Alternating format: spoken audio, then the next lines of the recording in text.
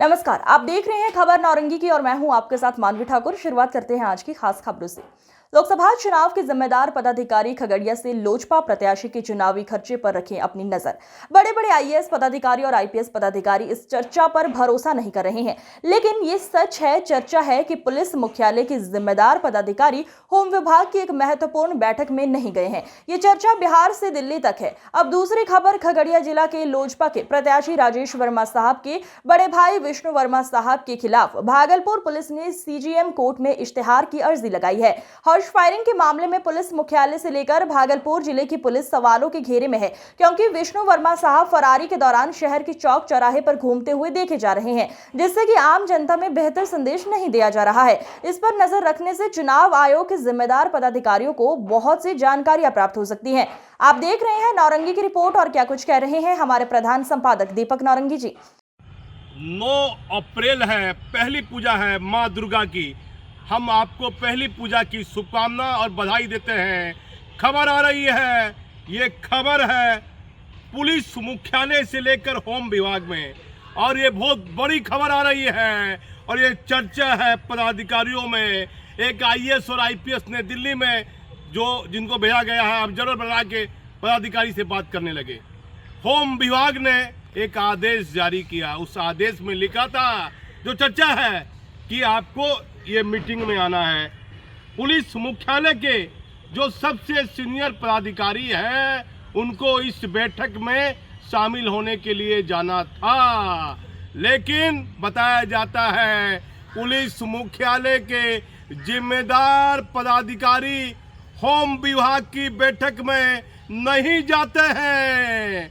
मामला सरकार के उच्च स्तरीय पदाधिकारियों के बीच ये चर्चा का विषय बनता है कि होम विभाग और पुलिस मुख्यालय में टसल चल रहा है। टसल, मैंने एक पदाधिकारी से पूछा है, दिल्ली में है, कि सर ये टसल क्या हुआ? कहा इसको 2 रूप में आप ले सकते हैं, एक हैंकार और दूसरा इसे टसल भी कहते हैं, मुझे कहा।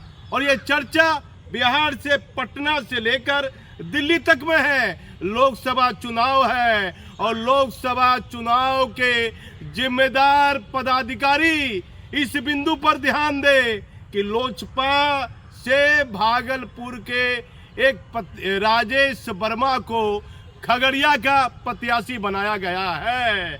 लगातार कई जमीन विवाद और इनकम टैक्स की छापामारी के बाद, कई गंभीर विवादों के बाद राजेश वर्मा के बड़े भाई विष्णु वर्मा हर्ष फायरिंग करते हैं। हर्ष फायरिंग को लेकर डीजीपी साहब और देश में बड़ी बड़ी जांच एजेंसी है। विष्णु वर्मा फरार है, उसे न्यायालय से जमानत भी नहीं मिली है और वह सरेआम घूमते हुए देखा जा रहा है। आम पब्लिक का तरह तरह के पुलिस के बारे में विचार आने लगा कि कोई आम व्यक्ति यदि ये गलती करता, पुलिस उसे आन फान में गिरफ्तार कर लेती। लेकिन राजेश वर्मा जो पैसे और की ताकत से राजनीतिक चादर ओढ़ा हुआ था, किस तरह लोजपा पार्टी से टिकट ली है। बड़े बड़े चैनल पर अलग अलग लोग इसकी परिभाषा गाथा कह रहे हैं। राजेश वर्मा खगड़िया से चुनाव लड़ रहे हैं, उनके भाई लोग, परिजन के लोग, उनके मित्र, उनके निजी समर्थक खगड़िया पहुंचे हुए हैं चुनाव आयोग के जिम्मेदार पदाधिकारी को कि राजेश वर्मा क्या खर्चा कर रहे हैं चुनाव में, कितनी होटल लिए हुए हैं, कितनी धर्मशाला लिए हुए हैं। कई गंभीर बिंदुओं पर ध्यान देना होगा। हर्ष फायरिंग से पहले, मामला दर्ज होने से पहले, एक मामला सोनापट्टी में उनके यहाँ अवैध बिना लाइसेंसी हथियार बरामद होता है। उस मामले में उनके दुकान से एक गार्ड जेल जाता है। फिर बड़े भाई की वीडियो वायरल होती है हर्ष फायरिंग को लेकर और तुरंत वह सीनियर एसपी से मिलते हैं। राजेश वर्मा साहब अपनी सफाई भी देते हैं, लेकिन लगातार भागलपुर में गंभीर बिंदुओं को लेकर लोजपा के प्रत्याशी सवालों के घेरे में रहे। लेकिन चिराग पासवान साहब ने मेहरबानी कर दी और खगड़िया की आम जनता भोली भाली है, बड़ी सीधी है। कई आईएएस कई आईपीएस ने कहा, मैं खगड़िया में नौकरी किया हूँ, वहाँ की जनता दिल से बहुत सीधी है।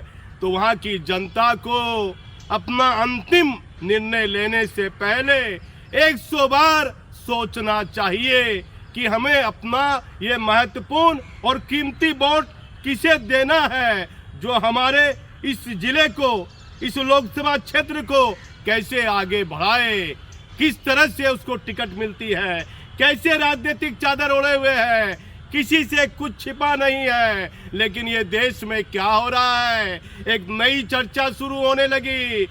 पुलिस मुख्यालय और होम विभाग में क्या टसल चल रहा है। बड़ी बड़ी देश में जांच एजेंसी है, चुनाव आयोग के जिम्मेदार पदाधिकारी को ध्यान देना होगा। आज की खबरों में बस इतना ही। देखते रहिए खबर नौरंगी की। नमस्कार।